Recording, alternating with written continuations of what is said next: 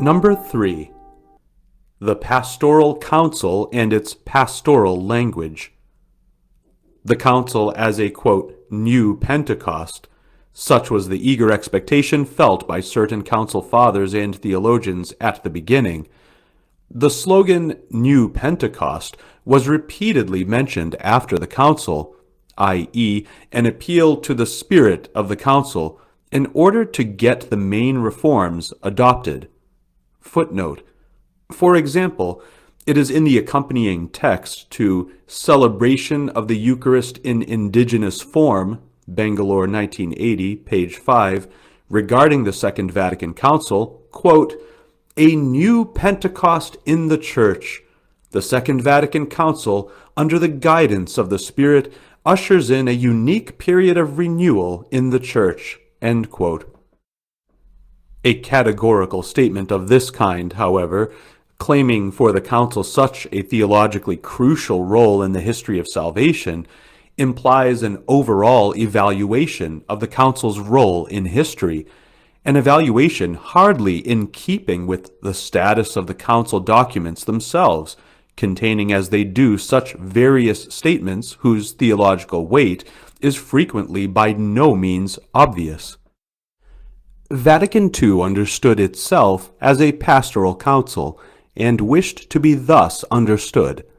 As John XXIII personally admitted, the convocation was, quote, inspired from on high. Footnote: opening address to the Council, October 11, 1962. The talk of a new Pentecost seems to have its datum point here. End footnote. The idea of a pastoral council came from the Pope himself. It was a novelty in the history of the Church, and was, however, readily approved by the majority of the Fathers. It was welcomed by many in order that, under pastoral pretenses and with dogmatic restrictions out of the way, a practical evolution according to their designs might take its course. What precisely was meant by a pastoral council can hardly be determined, according to Karl Rahner, because at the council, quote, there was no room for a theologically more involved consideration of the essence of a pastoral council as such, end quote. But the Pope indeed prevailed in bringing the Council Fathers around to the characteristics of his idea, which so faithfully reflected his person and his brief pontificate.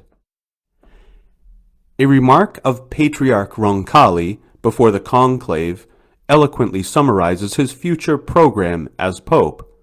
Quote, "The Church is young. In the course of her history, she is always able to adapt." End quote. As a historian, he was well aware of the historical adaptability of the Church. As a theologian, he recognized her immutability in the faith. His idea of a pastoral council may be outlined as follows. The adaptability of the Church ad intra means inner renewal. Ad extra means due consideration of the situation and demands of the day. Both, however, on the basis of the unchanging traditional faith, true to the sacred principles on which she, the Church, is founded, and to the immutable teaching which the divine founder had entrusted to her. This is precisely the meaning of the well-known slogan, Aggiornamento. The reason for it was to bring the people closer to, quote, the sacred patrimony of tradition more efficaciously considering the new living conditions and social structures, end quote. For this purpose, John XXIII convoked the council.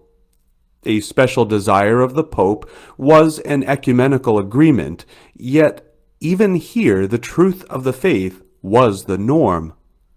What counted was, quote, to come closer to the unity in truth willed by Christ, end quote.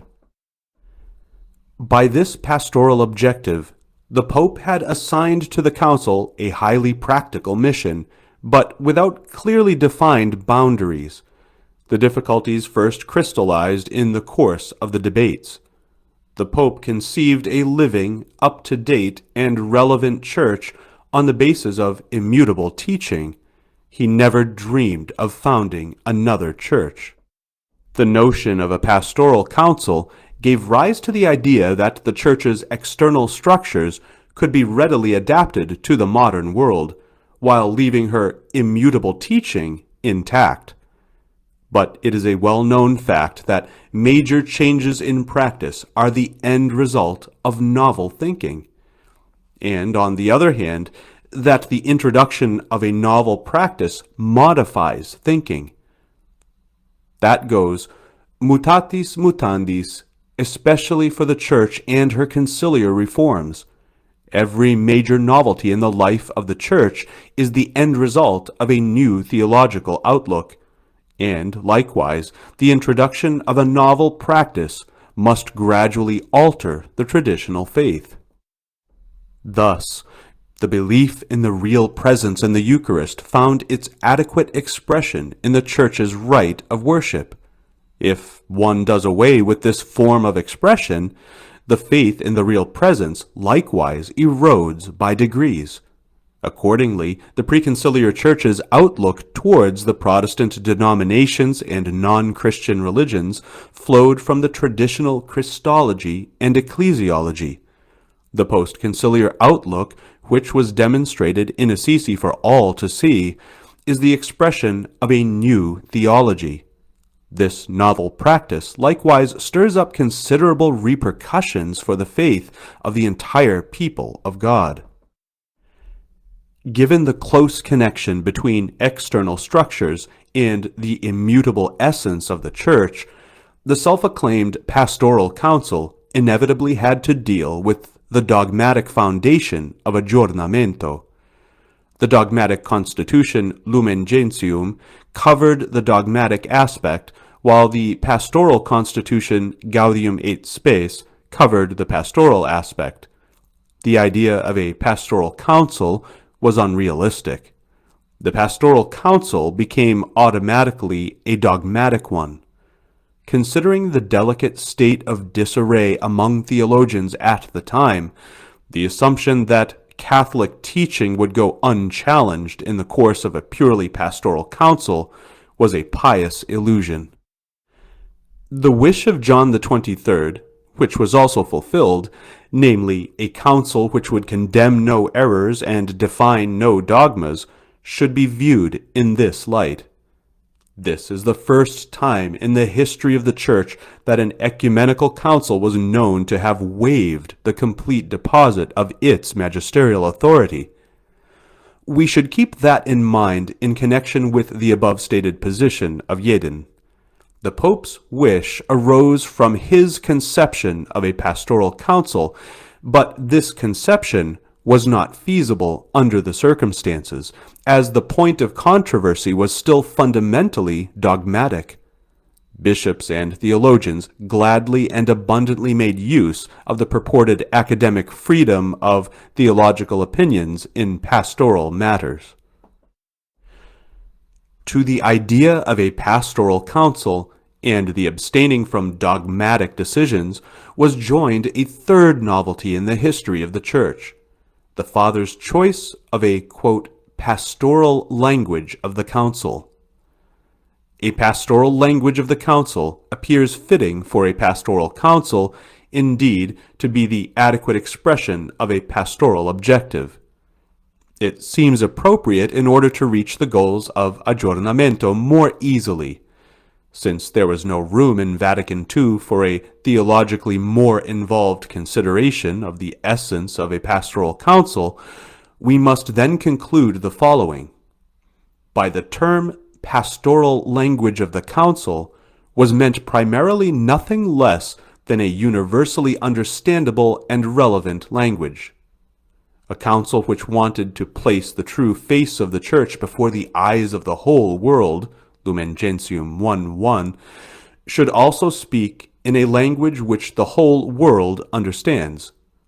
The Church's novel interest in the modern world also required a novel language which was predisposed towards the ideas and thinking of the modern world.